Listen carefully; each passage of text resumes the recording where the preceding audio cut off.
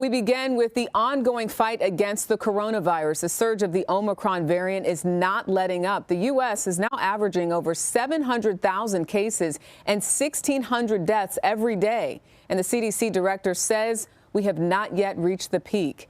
Meanwhile, new Biden administration COVID protocols for businesses with at least 100 employees start today.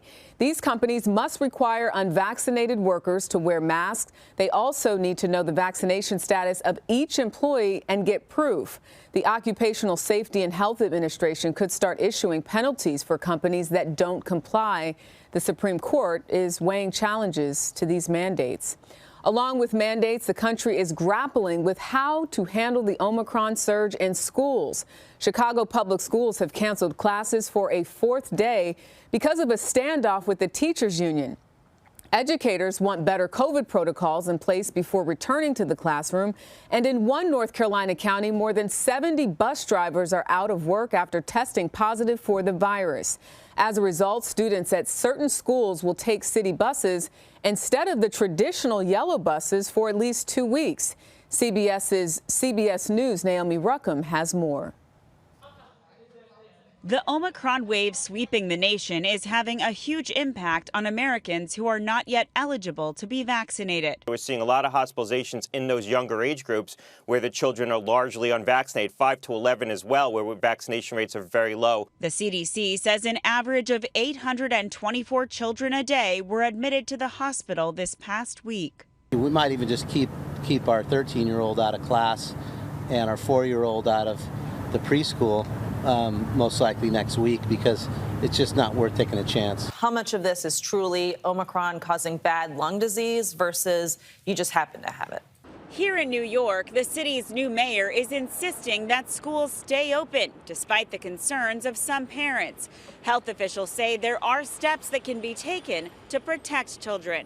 The best thing that schools could be doing right now is serial testing. Federal, state, and local officials are pouring in millions to expand testing capabilities as demand for testing soars. Testing is not only used for diagnosis, but also for prevention. Meanwhile, the Supreme Court is weighing whether to stop President Biden's vaccine or test mandate for businesses with more than 100 employees. The new rules go into effect today, but the government won't start enforcing them until February 9th. Naomi Ruchim, CBS News, New York. I want to bring in Dr. Mark Kline, chief physician at New Orleans Children's Hospital. Dr. Kline, thank you so much for joining us. As we just heard, there's a significant number of hospitalizations in kids. Some aren't eligible for the vaccine and some are, but haven't received it. When you hear about what's going on in Chicago and other places where teachers want more protections, do you think this should be a point where we're looking more at testing children or making sure that they stay home to stay safe? A lot of people are feeling as though, myself included, confused about what the guidance should be at this point. Well, thanks for having me, Jerika. This is a tough one.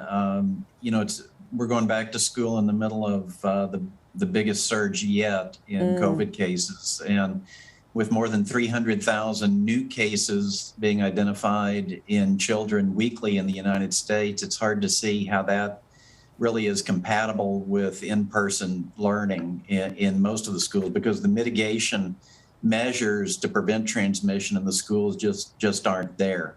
So while we all favor in-person learning over virtual learning, the fact of the matter is that in-person learning does no one any good if teachers are out sick and so many students are out sick, and if it's done in an interrupted fashion because of repeated quarantines and lockdowns. What do you think ultimately is the solution then? Because we know there were millions of dollars that were supposed to help shore up these school districts in preparation for another wave and another wave. And here we are again, where many parents are wondering, do I get to go to work? How will I be able to stay home with my child and provide if every time there's another surge, children are forced to stay home? What do you make of that? What do you say at this point? Well, again, it's a very tough situation. Work could be done on schools around ventilation and serial testing, masking were mentioned. We don't know how much effect any of these mitigation measures will have where Omicron is concerned. The fact is that kids were being brought back to school right as Omicron was peaking post-holidays. Yeah. And so the timing could not have been worse. I would have liked to have seen many of the schools delay their opening for just a couple of weeks. I know it's an inconvenience for parents, but I think it would have done more probably to mitigate the number of new cases than just about anything else. If this wave hits as fast as we're seeing and then dissipates as quickly as we hope, then perhaps just buying a little bit of time, a couple of weeks or 3 weeks, would have produced a tremendous amount of value. But you know, it is what it is at this point.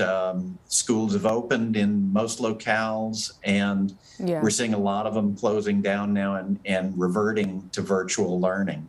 And a lot of them, as you said, they are staying open, including New York City, as we just heard in the report, pushing to try to stay open. And we were once the epicenter of all of this.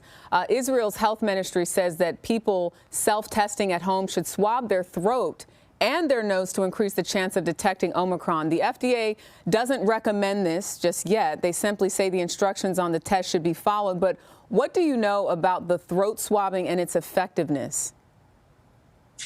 Yeah, I haven't seen any data, Jerika. You know, this recommendation kind of came out of the blue out of Israel. It's not the way the tests were developed or validated.